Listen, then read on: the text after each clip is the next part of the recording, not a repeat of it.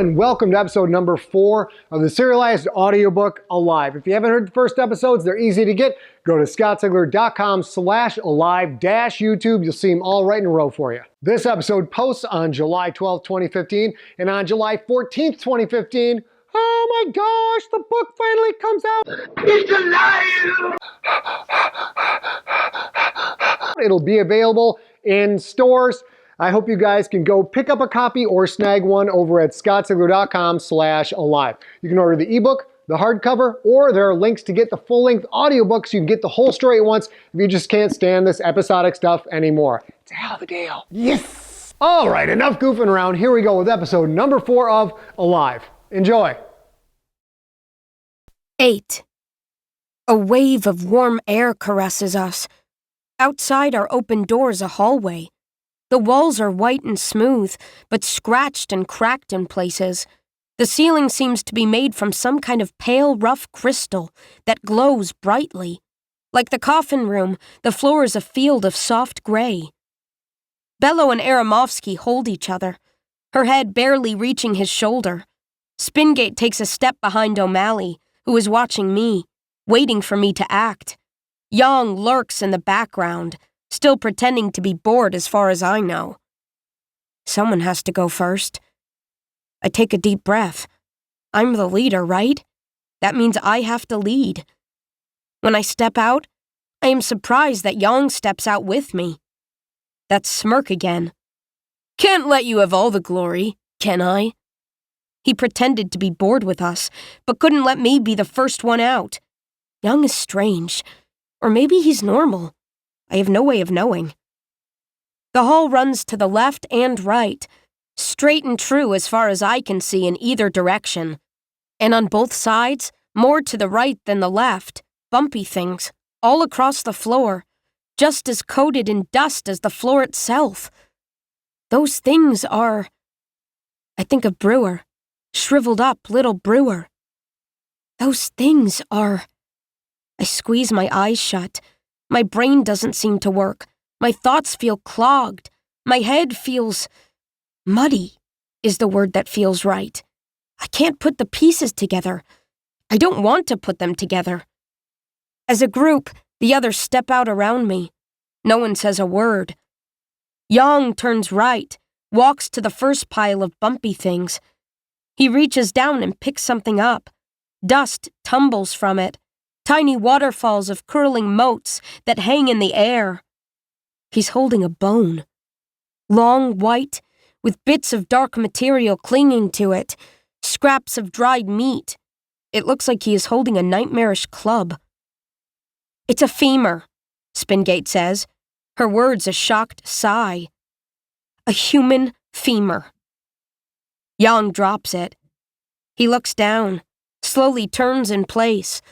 He is surrounded by skeletons, by bones, piles and piles of them. This hallway is full of dead people. Hands on my arm, Bello clinging to me. This isn't right, she says. Let's leave this place. A great idea, if only I knew where to go. Yang reaches for a round bump near his feet. His hands brush away the gray, then come up holding a human skull covered in tightly dried skin. There is no jawbone. 2 empty eye sockets staring out. He looks at it, adjusts it in his hands. As he does, the stiff flesh along the jaw cracks and crumbles, becomes a puff of descending dust. And then, I understand. The dust? It's skin. Skin and muscle, eyes and brains and guts that have become nothing more than floating powder. Powder that was in my mouth, down my throat. Powder that is all around me, coating everything. What I thought was a sea of dust is an ocean of death. Yang drops the skull, then runs back to us, to the safety of the group. Bello cries silently. O'Malley puts his arm around her. Everyone is looking at me again, waiting for me to tell them what to do, even Yang. But I don't know what to do. Who would? I have to think, have to figure out what makes sense. The hallway really seems to go on forever in both directions. All along it are more archway doors that look like the one we just walked out of. Some of these doors are slightly open, dark spaces with who knows what inside. Others are still sealed shut, the stone gouged and chipped. Now that I've seen the bones, I can't unsee them. Up and down the hall, lumps in the dust. Bones are everywhere. Some are full skeletons. Some bones lie by themselves, cracked, broken, splintered. A few of them are blackened, charred. They were burned. Bellow's silent cry shifts to a quiet sob. Something about her tears suggests weakness. Crying doesn't fix anything. Makes me want to scream at her to shut up, to stop it already. But I know she can't help it. "Where are we?" she says through the tears. "What happened here?" O'Malley still has his arm around her. If I was the one crying, would he put his arm around me? He lets go of Bello and walks a few steps to Aramovsky, whispers something in the taller boy's ear. Aramovsky moves to Bello.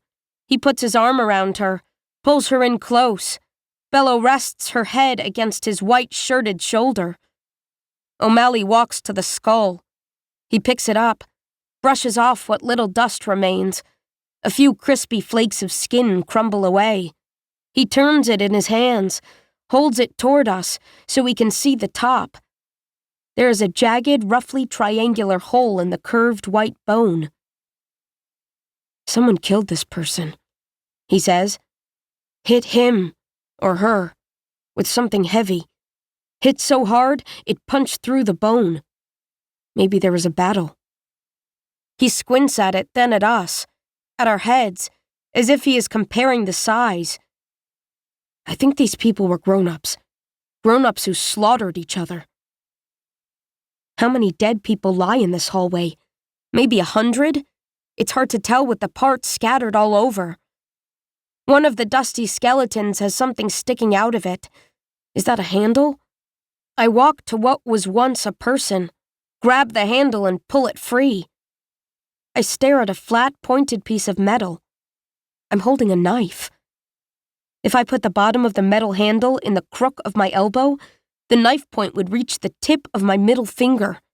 Where the blade joins the handle, two pieces of thin, strong metal stick out the sides. They are etched with tiny carvings of stepped pyramids and suns. At the very end of the handle, below where my hand holds the grip, is a flat, round disc, ringed by tiny red gemstones, with another circle of the same stones inside of it. The circle in a circle symbol, exactly like the one on Aramovsky's forehead. I'm holding the tool in one hand, the knife in the other. Bello's nose wrinkles. "Em, is that a sword?" "Swords are bigger," Young says. "I think. No, they're bigger." "Leave it here," Bello says. "That's for them. That's for the grown-ups. We don't need it." I want to drop it, not because of her words, but because the knife frightens me. I don't even want it touching my skin. This knife was used to kill. It was used to turn people like us, into nothing but piles of bones and puffs of dust. The grown-ups killed each other. If any of them are still alive, will they try to kill us too? "We might have to defend ourselves," I say to Bello. "We need it." She shakes her head. "We don't need it, Em. It's a bad thing. Please don't bring it." Young comes closer to me. His eyes are suddenly alive, burning with eagerness. He holds out his hand. "Give the knife to me," he says. "I'll take it. You carry the tool." There is a hunger to his words. Something disturbing about his need. Just like I know it's a bad idea if he leads, I know he shouldn't have the knife. "I'll hold on to it for now," I say. He is standing in front of me, his back to the others. They can't see his face, but I can. His upper lip twitches, twists into a sneer. His eagerness shifts, transforms. His heavy black hair hangs down almost over his eyes that blaze with hate. "You'll change your mind," he says quietly. Then, in the faintest whisper, "Or I'll change it for you." Before I can respond, he smiles, turns and walks back to the others, leaving me alone with the skeleton. I briefly wonder if I should tell everyone what he said, but I decide against it. We don't need another argument right now.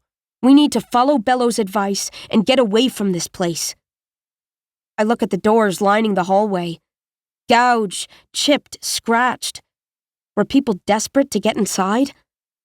I see one set of doors that are slightly open. If we had come out of our room and turned left instead of right, this archway would have been a few feet down on the right-hand side. The space between the stone doors is barely wide enough for me to slide through if I turned sideways. Coming from inside that room, I see a dim, flickering light. Does that room have more coffins? I walk toward it, past Bello and the others. A strong hand lands on my shoulder. It's O'Malley. "Em, don't go in there," he says. He sees me looking at his hand, then pulls it away. His face flushes. He didn't act like that when he put his arm around Bello. "I have to," I say. "There could be more of us inside." O'Malley closes his blue eyes for a second, swallows, nods once, opens them. "Then I'm going in with you." Those words make my heart hammer so loud, I wonder if he hears it. I'm holding the knife and the tool. I thought the tool was a weapon at first. It's not, but it will still work fine for that purpose. I hold it out to O'Malley. "Take it," I say, "in case there's danger." Spingate gasps. She points at the tool. "It's called a scepter," she says. That word just popped into my head. The tool, that's what it's called. Scepter, tool, weapon. All I care about right now is that it is heavy and O'Malley can use it to smash things. He takes it. "I'm with you, Em," he says. His eyes, so blue. I can't look at him any longer, so I face the door. I walk to it and slide my body through the narrow opening. O'Malley follows. 9. The room is dim, illuminated by a single flickering light high up in the arched ceiling. I point the knife out in front of me. O'Malley holds the bottom of the scepter with both hands, the prongs up near his ear. Like our room, there are 12 dusty coffins arranged in 2 end-to-end rows of 6. All the coffins are open. The lid halves aren't folded neatly to the sides. They stick up at different angles. Broken. Did the occupants fight their way out like I did? I walk up to the first coffin. O'Malley is right next to me. I brush off the nameplate before looking inside. Orange stones surround the name L. Morgan.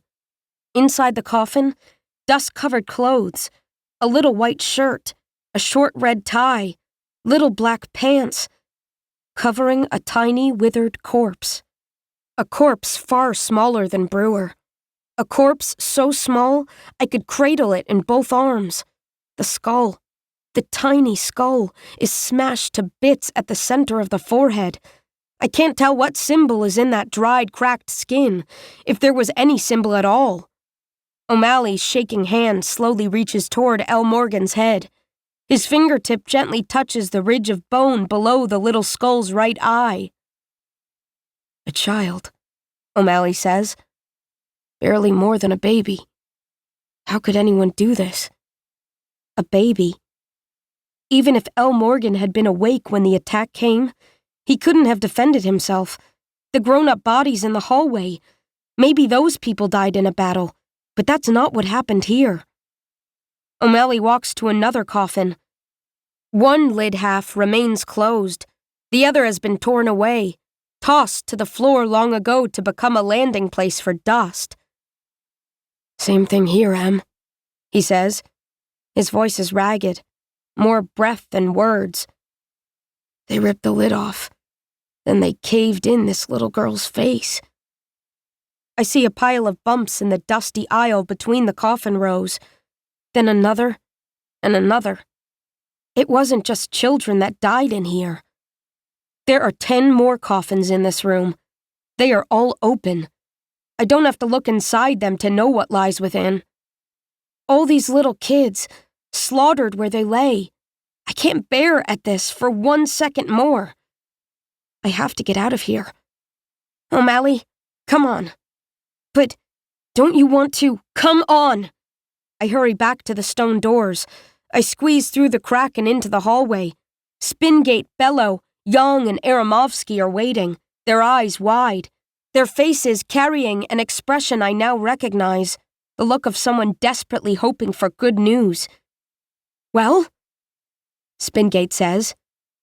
Are there more of us? They were younger, I say, and they're all dead. Younger, Spingate says. Like Brewer? I shake my head.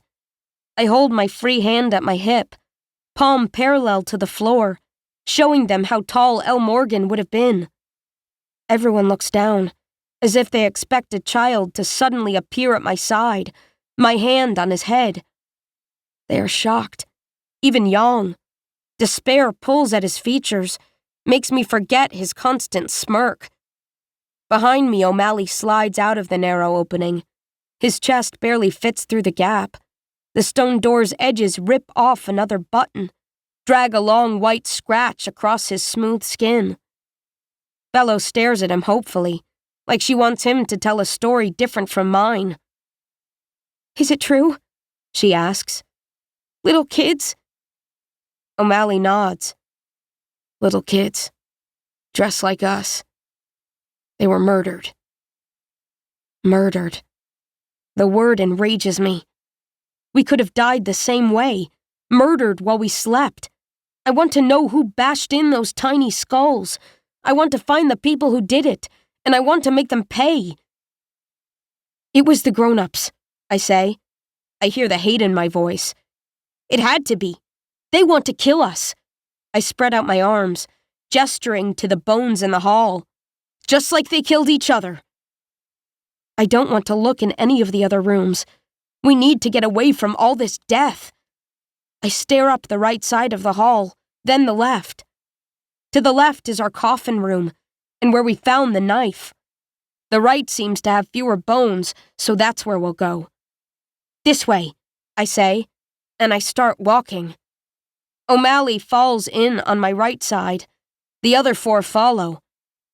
We leave the skeletons behind. 10. We are walking uphill. The angle is so slight I didn't notice it at first, but the hallway slopes gently upward. We've been walking for hours. At least we think it's hours. We have no way of tracking time. The endless incline is subtle, but it exhausts us, leeches away what little strength we have. I hold the knife. O'Malley carries the scepter. I tried carrying both for a little while, but the scepter was too heavy. If we had walked in the other direction, we'd have been going down. Spingate said there's no limit on how far down we could go, how deep into the ground. But up can't go on forever. Can it? Our coffin room must be far below the surface. This hallway doesn't seem to have an end. The softly glowing ceiling gently curves upward and parallel with the floor. Far ahead of us, the floor and ceiling seem to meet, but no matter how much we walk, that connection always appears to be exactly the same distance away. No one speaks. The memory of the bone pile and the dead kids stays with us, silences us. We've left that behind, though, for which we're grateful. Bones aren't the only thing we've left behind. We haven't seen a door in maybe an hour, near as we can tell. We walk through an empty, blank, untouched corridor of dust. My stomach hurts. It pinches. It grumbles loudly. I hear similar noises coming from the others. We need to eat. Hungry, tired, confused, afraid. It's wearing on us. Our feet drag across the hard floor, leaving long footprints in the dust. O'Malley finally breaks the silence. There have to be people who are still alive, he says. We can contact someone, get rescued. Rescue? Another word of power. Someone to save us. I hope my parents are alive. Hope their bones weren't among those hidden beneath the gray powder. I don't remember my mother's face or her name, but I know I love her. And my father, if he loves me, why hasn't he come for me? I feel like he was brave, like he was strong, but I don't know if that's true, or I'm being a little girl, hoping her daddy was the best daddy there could be. Bello scoots out in front of us, turns to face us and walks backward. For the first time, she seems excited. Maybe the people who rescue us will have food, she says. I remember smelling something. My dad, cooking dinner. Some kind of meat, maybe? My mouth waters and my stomach rumbles louder. Bread, Bello says, her eyes all dreamy. Hot bread, with butter and cinnamon, all crunchy on the outside and soft inside. A sandwich, O'Malley says, with mustard and pickles and big fat salty slices of cold chicken. Pork chops. That's what my dad was roasting. How can I know that and not know his face? Cupcakes, Aramovsky says. Chocolate with chocolate icing as high as the cupcake itself, and lots of sprinkles. My mouth waters so badly I almost drool. Pasta, Young says. With tomato sauce and so much cheese on top, you have to take like 3 bites before you can even find the pasta beneath. I don't care what they bring, Spingate says, as long as it's hot, and more of it than I can even eat. But for dessert, I'm definitely going for one of Aramovsky's cupcakes. Me too, O'Malley says. Bello shakes her head. She's still walking backward. Her eyes sparkle. She stands straight and tall as she can be, anyway. She's happy. She looks like a completely different person from the sniffling girl I met back in the coffin room. You're all wrong, she says. She taps her temple. You're obviously not a thinker like me. Aramovsky's right about chocolate with chocolate icing, but it needs to be a birthday cake with 12 candles. Aramovsky laughs. You're right, Bello. But are there still sprinkles? There better be sprinkles. Bello rolls her eyes in mock annoyance. Of course there are. It's your birthday, so you get sprinkles. We all get sprinkles. Everyone agrees that this is a splendid way to finish our rescue meal. Smiles, nods, yummy noises. It's an almost perfect moment. For a brief instant, we're not in our grown-up bodies with 2 small clothes and no shoes. We're not surrounded by dust that used to be people. And we're not lost and alone. We're 6 friends walking together, on our way to a birthday party. There will be cake. There will be games. There will be presents. There will be parents who love us and protect us. Still moving down the hall, Bello spins in slow circles, letting momentum swing her arms wide. I bet our parents are coming to get us, she says. They have to be looking for us, right? Mine are, Young says instantly. Bello nods. So are mine, but I can't remember them. Young, do you remember your parents? What they look like? He makes that pfft noise again. Of course I remember them. We all know he's lying. He knows it too, but no one challenges him. Because it's a nice lie. One we'd all like to believe. Bello's spin slows. The excitement drains from her face, and fear owns her again. She stops. So do the rest of us. There are tears in her eyes. Crying again? Bello is really starting to bother me. Our parents, she says. What if our parents are the ones who put us in the coffins? I wondered the same thing. I'm ashamed I considered it, even for a second. I see the others looking down, looking away. We've all had that thought, but Bello is the first to voice it out loud. No one answers her. She seems to shrink, hunching over a bit, elbows pulling tight to her ribs, hands wringing left over right, right over left. Bello stands still, lets the group pass her by. Then she falls in at the rear end. We return to walking in silence.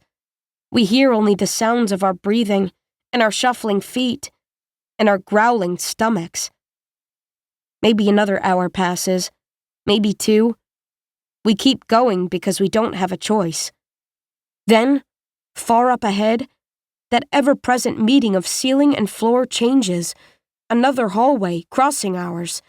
It's something different, which is enough to make us pick up the pace despite our exhaustion. We reach the intersection. The new hallway leads off to the right for a long ways, but the light from the ceiling is dim. Farther in, it looks like there is no light at all. Maybe 100 steps away, I see a single archway door in the dimness. It's wide open. Maybe there are more beyond it, but it's too dark to tell. To the left, the hallway goes a few feet before it stops at a wall that looks like black liquid frozen in mid-splash, as if it melted then cooled. Maybe it used to be a door, very different from the other doors we've seen so far. Spingate steps a few feet into the hallway on the right. She stares down it, tilting her head slightly, as if that might let her see a bit farther. "We've been in the same hall for a long time," she says. "We haven't found anything. So far, I mean. Should we try this new one?" No one else speaks. Are they waiting for me to decide? Young walks to stand next to Spingate. He stares down the new hall just as she did, even tilts his head the same. Then he looks back at me. "We'll go this way," he says. "That makes sense." I'm not sure that it does. The hallway to the right is different. It looks flat. I don't see the floor-meeting ceiling illusion I've been looking at for the last few hours. But then again, that could be because there isn't enough light to see that far. The hallway we're in now seems endless, but it has to lead somewhere. I can't say that for sure about the new direction. "We're not going to walk down a dark hall," I say. "Besides, we need to keep going straight."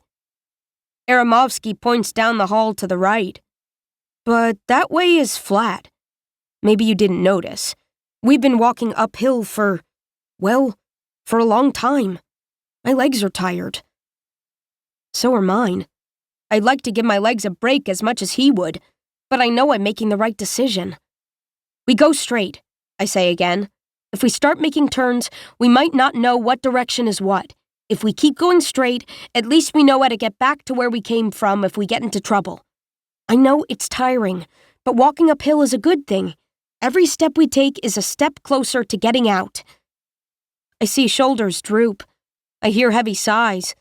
They don't want to agree with me. They want to go the easier way. "M's in charge," O'Malley says. He sounds tired.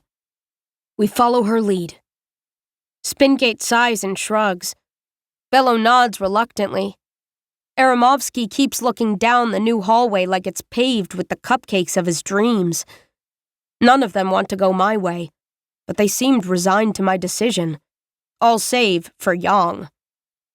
"I don't want to follow M's lead anymore," he says. He crosses his arms. "I think it's my turn to be in charge." "We don't take turns," O'Malley says. "This isn't a game." Yang points at me. There's something petulant in the gesture, something mean, and for a moment I see a 12-year-old bully wearing an adult's body. "She doesn't know what she's doing," Yang says. He looks at me, holds out his palm.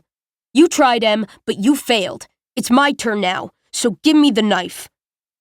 And just like that, the 12-year-old is gone. I'm looking at a grown man, a lean, strong man who isn't going to take no for an answer. He wiggles his fingers inward. "Give it to me," Yang says. "If you don't, I'll take it from you. You won't like that." Spingate puts her hands on her hips. "Quit being a jerk, Yang. M's in charge. Yang's hands are so fast, I barely see him move. He shoves Spingate hard. She crashes against the wall and falls to her butt. She looks at him in wide-eyed surprise. She doesn't try to get up. Bello and Aramovsky press lightly against each other and back away, watching the sudden conflict. I should say something, I know it, but my mouth doesn't move. O'Malley does. "That's enough," he says. Young isn't the only grown man here. O'Malley holds the scepter in his right hand. He seems uncomfortable with the jeweled metal, like he doesn't really know what he's supposed to do with it in this situation. He takes a step toward Young. "Hitting people is bad," O'Malley says. "Tell Spingate you're sorry." Young makes his pfft sound. "Or what? You going to make me apologize?" O'Malley's fingers flex on the scepter. His shirt hangs open. The last button must have popped free. "I'm not going to make you do anything," he says. We don't hit each other. M's in charge, okay?" Young rushes at O'Malley, cocking his right fist as he does and slamming it into the bigger boy's nose. O'Malley's head rocks back. He drops awkwardly, sitting on his left foot, his right leg sticking out. Young twists his shoulders, throws a left fist that hammers O'Malley's right eye. O'Malley drops to his side. The scepter slides from his grip. He doesn't move. Young looks at me. "I'm in charge now, Em." He again holds out his palm. "Give me the knife." I see him. See the star on his forehead, the sneer on his lips. He thinks he can do anything he wants. He thinks he can push people around. He thinks he owns people. In that instant, I hate him. I want him to hurt. He raises his eyebrows in mock surprise. "No? Don't think your turn is over? You let us nowhere, Em. I'm hungry and we're going to do it my way. I told you to give me the knife, you stupid circle girl, or else." Hate him, hate him, hate him. Young shrugs. "Have it your way." He strides toward me, confident and dangerous. Spingate is still sitting, staring. Aramovsky and Bello do nothing. Young cocks back his fist. He sneers in fury and arrogance. He leans forward to punch at me. He stops, fist still hanging in the air. His eyes are wide. His mouth is open. He looks down. So do I. The knife. The handle is in my hand, but the blade is buried in his belly.